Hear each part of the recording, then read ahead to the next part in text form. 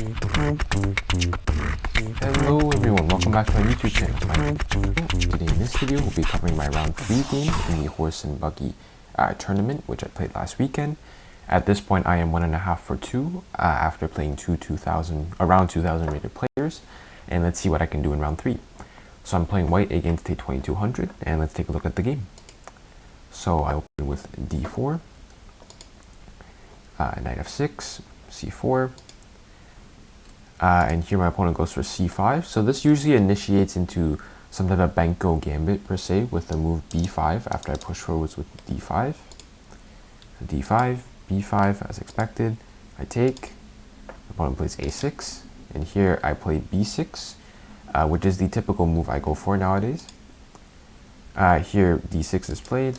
I play knight c3, knight b to d7. Here I play e4. All pretty standard opening things, nothing really too particular. I'll speed ahead a little bit. Takes, queen e2, and I'd say at this point is sort of the first moment in the game where I had to start thinking for a little while after my opponent plays the move a5. Here I respond with the move a4. The idea is to just stop this pawn from being able to advance any further. And also I'm able to plant my knight into the b5 square. This isn't the best option, however. The better move here is to simply play bishop to e3, which I also considered in the game. I thought bishop e3, there is knight g5 ideas. So let's say bishop e3.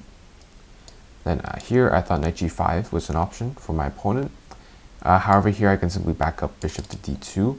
Well, I thought like this wasted a move, but however, now that I think about it, I do have h3 to simply just kick back the knight. So this knight's home here on this g4 square is temporary. It is not, it won't sustain itself basically. In the game, however, I play a4, knight e8. Here I play rook f to d1. And here my opponent's plan is knight c7, knight a6, and then put their knight onto this b5 square, which they set up nicely. Here, knight c7. Here I play bishop e3, bishop a6. And here I play knight d2. Better here was simply to play bishop captures on a6, allow this knight to capture on a6, as this would allow me to get in a move like rook a to c1. And this allows and here I'm not too worried about bishop captures on c3 to get this pawn, because here I have rook captures on c3, and if you play knight captures on a4, then here I simply have something like rook a3, and I x-ray attack this pawn. Let's say you go back, knight b6, then I can simply capture this pawn, and I regain my material, and I can double up here, and I sort of have more activity than my opponent, as these two knights aren't really doing much. Going back, going back here, bishop a6. Here I play knight d2. I want to try to put my knight on c4. So here I have to take, because after queen d2, if I play my knight to c4, then there is ideas of playing bishop captures on c3 and then something like this. Here I do have the move queen c2, so maybe not in this position exactly, but something similar to this can arise. Here I play bishop captures on a6, knight captures on a6, I play knight to c4. This was my initial plan anyway. And here, however, after knight captures on c4, queen captures on c4, I hadn't evaluated the move rook f to e8. At this point, it's very difficult for me to defend this pawn. I cannot play knight to b5 because simply bishop captures on b2, rook b1, and you can slide the bishop all the way back, and you're just cleaning up a pawn. So this knight cannot be moved. Alternatively, I looked at the move queen e2, but here I didn't like a move like rook b3. And now you can win a pawn again, because there's only one defender for this knight here.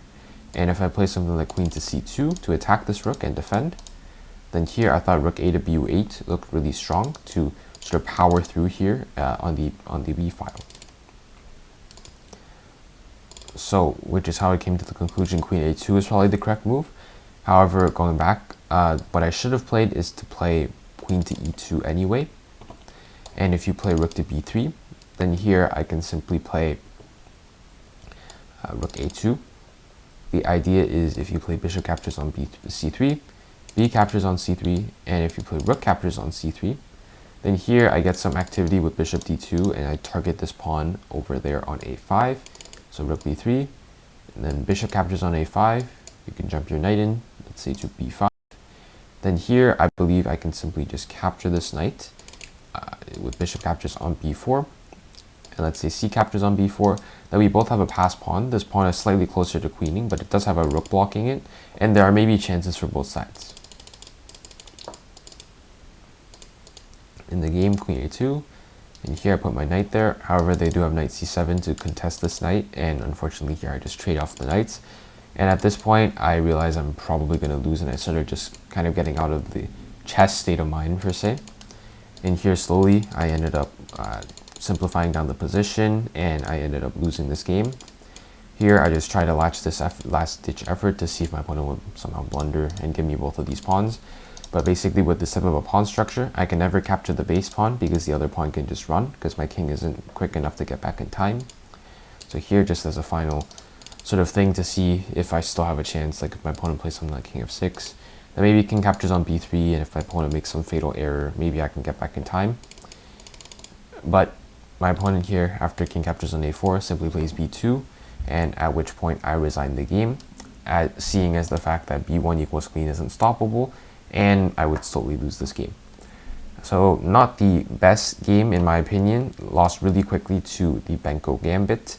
I studied this after the game and learned the correct variations, and I hope to improve next time whenever I play against the Benko Gambit again. But still, anyways, good experience against a 2200 rated player. And yeah, hope you all enjoyed. Thanks for watching.